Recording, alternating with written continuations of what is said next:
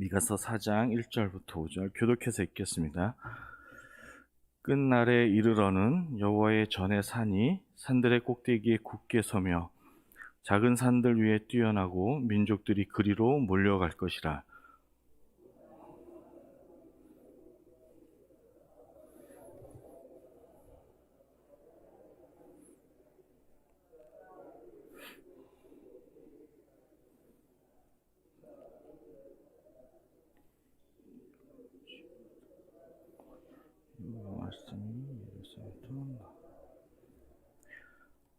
그가 많은 민족들 사이에 이를 심판하시며 먼 곳 강한 이방 사람을 판결하시리니 우리가 그 칼을 쳐서 보습을 만들고 창을 쳐서 낫을 만들 것이며 이 나라와 저 나라가 다시는 칼을 들고 서로 치지 아니하며 다시는 전쟁을 연습하지 아니하고.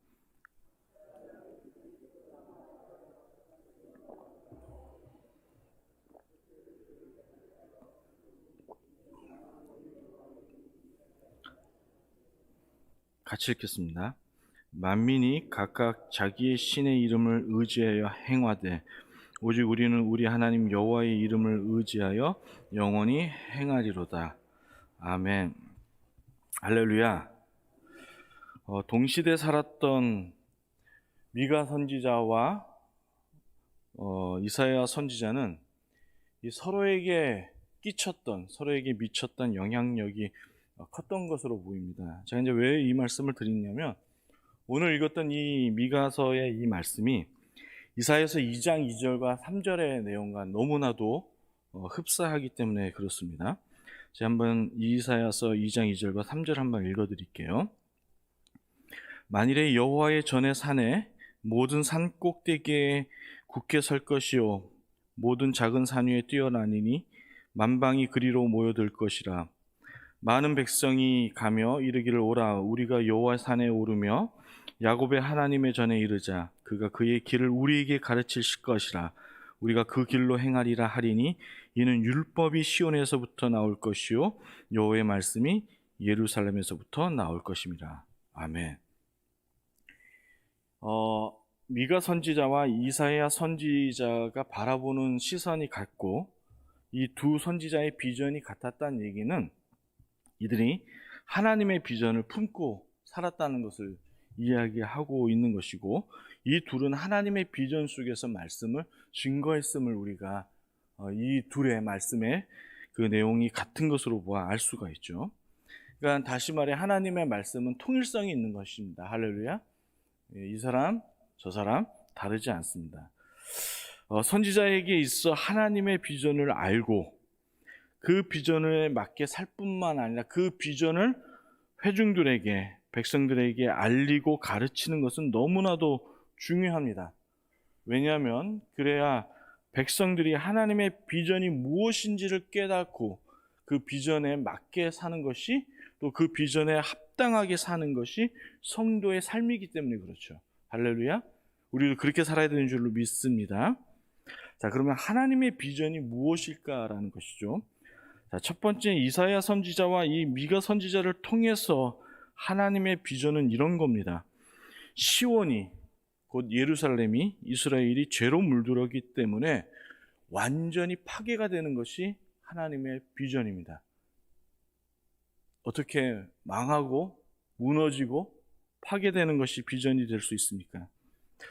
어찌 보면 끔찍하고 잔인하다 생각할 수 있는데, 그러나 그건 하나님에 대하여 하나님이 어떤 분인가를 잘 몰라 하는 소리들이겠죠. 원래 시온은, 예루살렘은 하나님의 말씀과 율법으로 가득한 곳이었습니다. 다시 말해 하나님의 통치와 지배가 온전하게 이루어졌던 곳이 예루살렘이었습니다. 그러나 이스라엘은 하나님의 통치를 거부하고 자신들의 정욕을 따라 살면서 결국에는 이방 종교마저 섬기는 백성들이 된 것이죠. 따라서 공의로우신 주님은 이스라엘을 가만히 보고만 계실 수 없는 겁니다. 그래서 심판을 하셔야 되는 것이죠. 이게 하나님의 공의가 되는 겁니다. 여러분, 하나님의 공의에 대한 것을 잠깐 설명을 드리면 이런 겁니다. 혹 내가 천국을 갔는데 내 가까운 가족과 지인 가운데에 어떤 이가 지옥에 가 있는 것을 보게 되는 겁니다. 그럼 마음이 아플까요? 괴로울까요? 아니면 기분이 좋을까요? 후자입니다. 그런데 이게 왜 기분이 좋냐면 하나님의 공의가 실천된 것을, 하나님의 공의가 성취된 것이 더 성도에게는 큰 기쁨이며 만족이기 때문에 그렇습니다. 잘 이해가 안 되시죠? 그게 바로 그 거짓 나사로와 그 부자의 사이에서 일어났던 그 일이 되는 것이죠.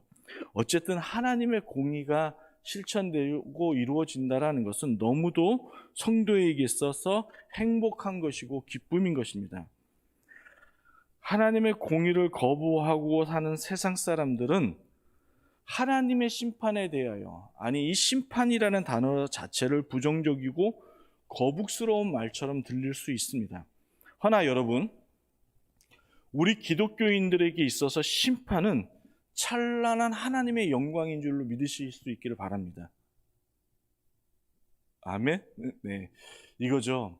제가 늘 말씀드리지만 신자의 삶이 옳았다, 나의 믿음이 옳았다라는 것을 여러분들이 언제 증명받을 수 있겠습니까? 주님이 오시는 그날이죠. 주님이 오시는 그날은 어떤 날입니까? 심판의 날이죠.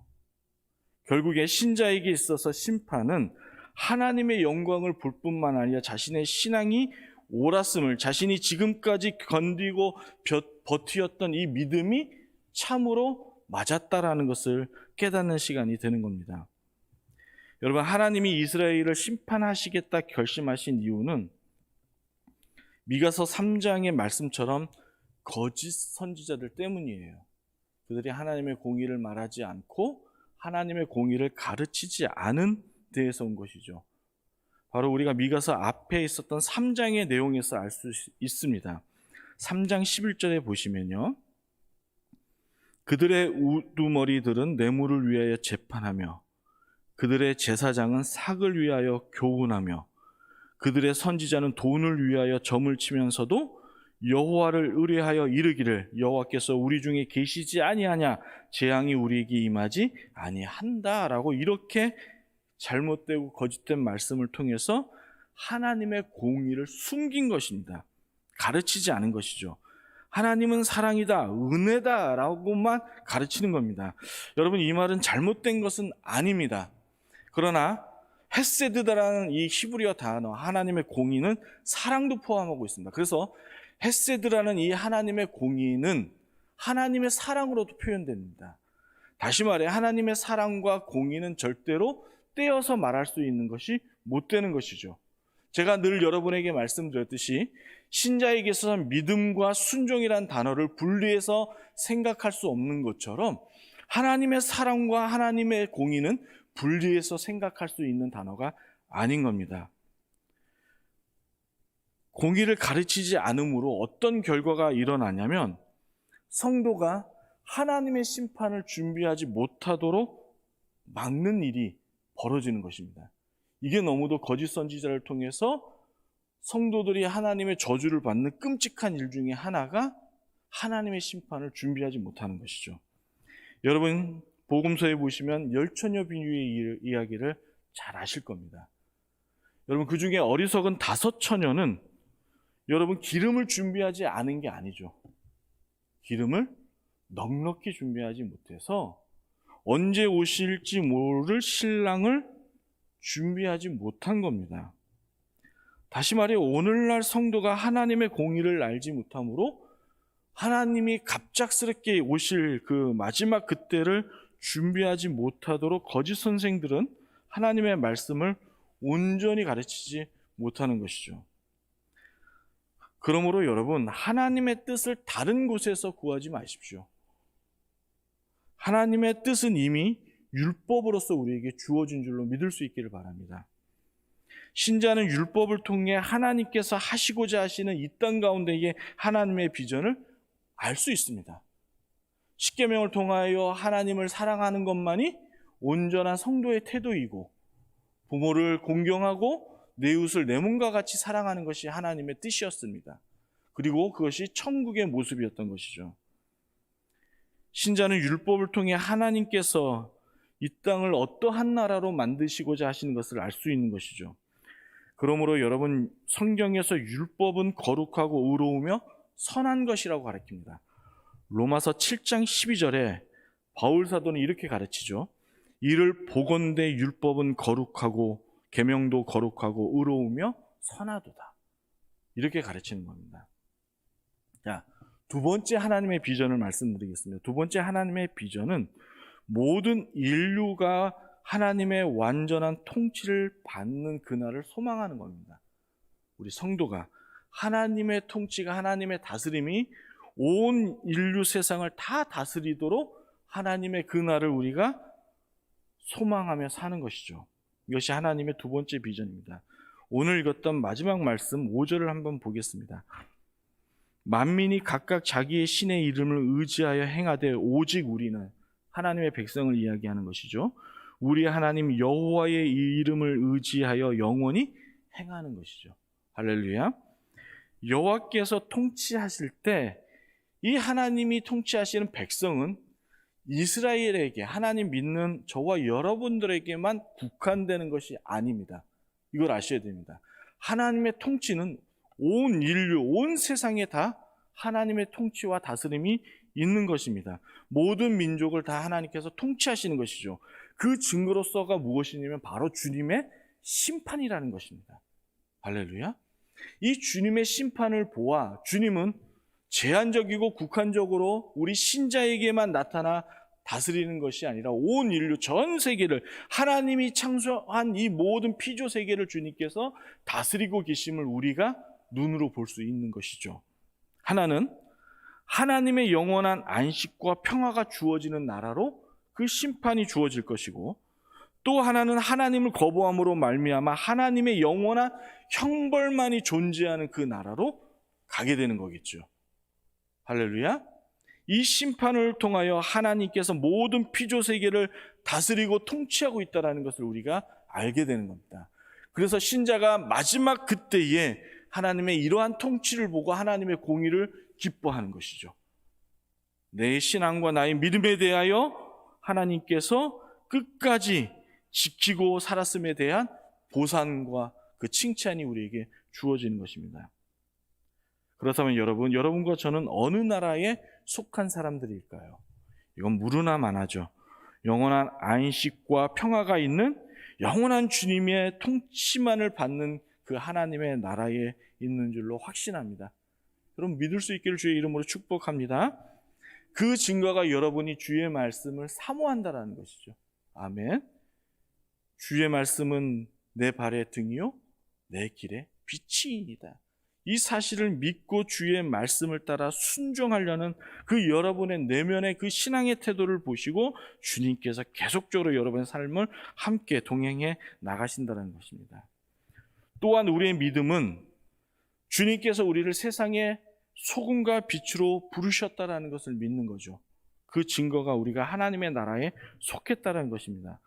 주님이 모세를 불러 이스라엘을 세우시죠. 아니, 하나님께서 모세를 통하여 당신의 나라 천국을 건국하셨습니다.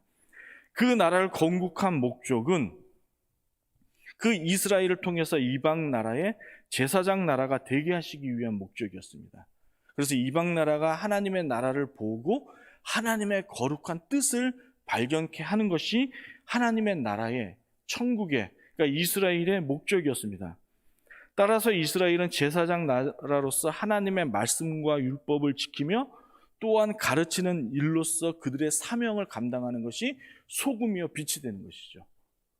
다시 말해 이 말은 오늘날 한국교회를 이루고 있는, 이 조국교회를 이루고 있는 여러분과 저에게 있어 하나님의 말씀과 율법을 지켜 사는 것뿐만 아니라 가르치는 일을 우리의 사명으로 믿는 것입니다.